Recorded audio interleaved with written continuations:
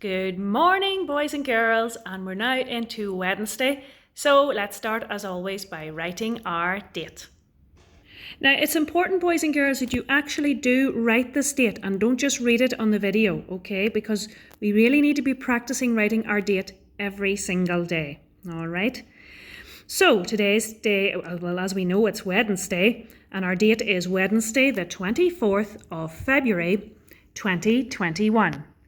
Wednesday, the 24th of February, 2021.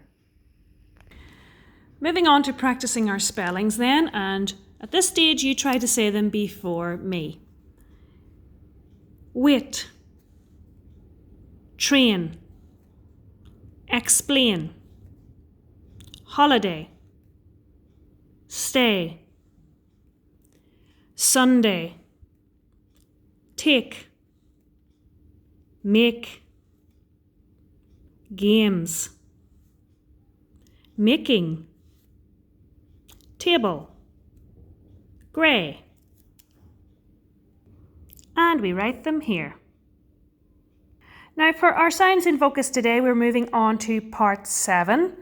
And it says to unjumble the letters to make words to match the clues. Now some of the answers are list words and some are not. Okay, but all the words, once they are unjumbled, have an A sound, all right? So for example, part of an animal, what might that be? And it has an A sound. Now for part 8, we are changing these words to ing words, so we're adding ing. So we've got make, chase and shave, bake, race and save. And they're going to become making, chasing, shaving, baking, racing and saving.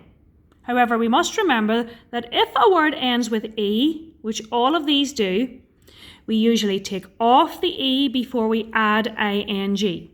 For example, take becomes taking by taking off the E at the end and putting on the ing.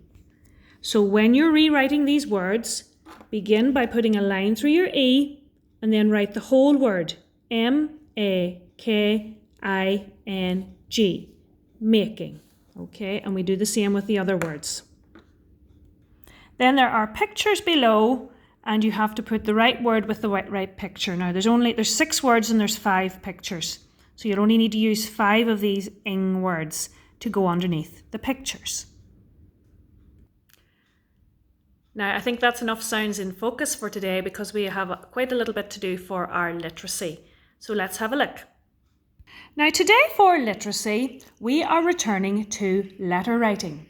And you'll remember a couple of weeks ago, we wrote a letter from Goldilocks to the 3 bears apologising for her appalling behaviour in their house. Today, we are going to write another letter. Okay, now, the first thing you do when you write a letter is you put your own address.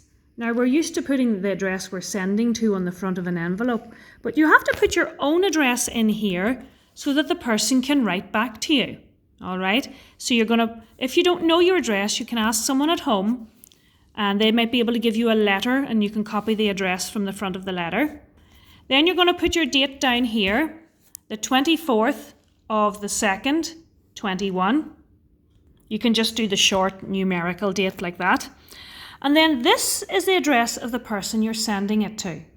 Now, when you're sending a letter, you should put the recipient's address, the person you are sending the letter to, you put their address here and you put it on the front of the envelope so the postman knows where to deliver it to. So today we are sending a letter to McFadden Bakery, Windmill Hill, Armagh. So I want you to imagine that Mrs. McFadden has opened up a bakery right next door to Mount St. Catherine's Primary School, and she is baking cakes and biscuits and scones and all kinds of baked goods. And they are all absolutely disgusting because Mrs. McFadden is not a good baker. Now you're going to imagine that you have been to my bakery and that you've purchased or bought some items and they were not good. And you're going to write a letter of complaint, okay? So any letter starts with Dear Sir or Madam, okay?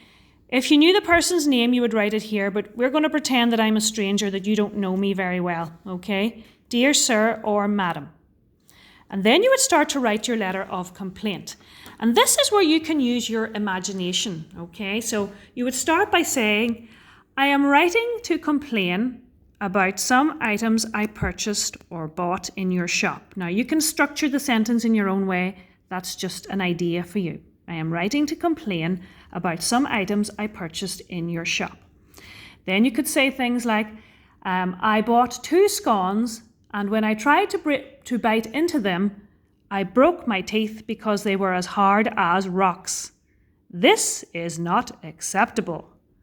You could also say something like, it was not a good idea for you to fill your cream buns with mayonnaise instead of cream.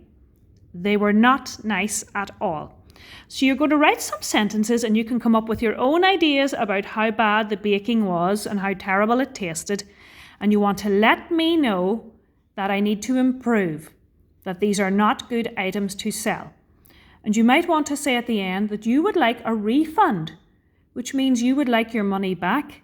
Because when you buy something in a shop and it's not the way it should be or it's not very good, you can go back, you can return it, and you can ask for a refund. You can ask for your money back. So have a think about what you're going to write and how you're going to describe my baking, which isn't very good, and how you're going to complain to me to let me know.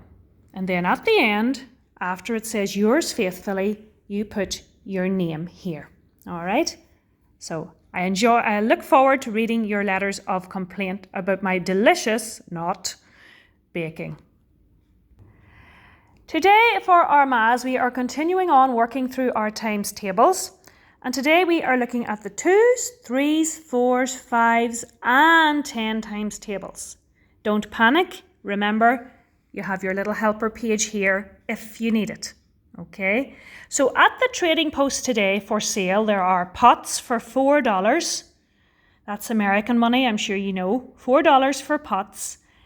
Picks, which are like little axes that cut into dry ground. They are $3 each. Ropes are $2. Hats are $8. And shirts are $10.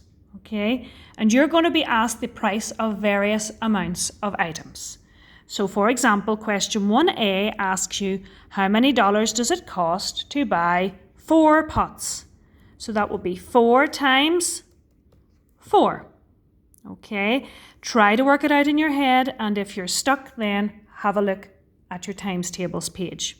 Okay, so you work through it bit by bit, and then on part B, it's just a selection, a variety of times tables questions. Again, try your best to answer them yourself before looking at the page. For example, 4 times 0 is easy peasy. I wouldn't expect you to be looking at your page for 4 times 0. Question 3 then asks you the amounts of candles that would be in 2 boxes and 4 boxes. So one box has 8 candles. So you're going to have to work out 2 times 8 and 4 times 8. Similarly then with biscuits, you've got a biscuit tin with 6 biscuits in it, and they ask you the price of 5 tins and 10 tins.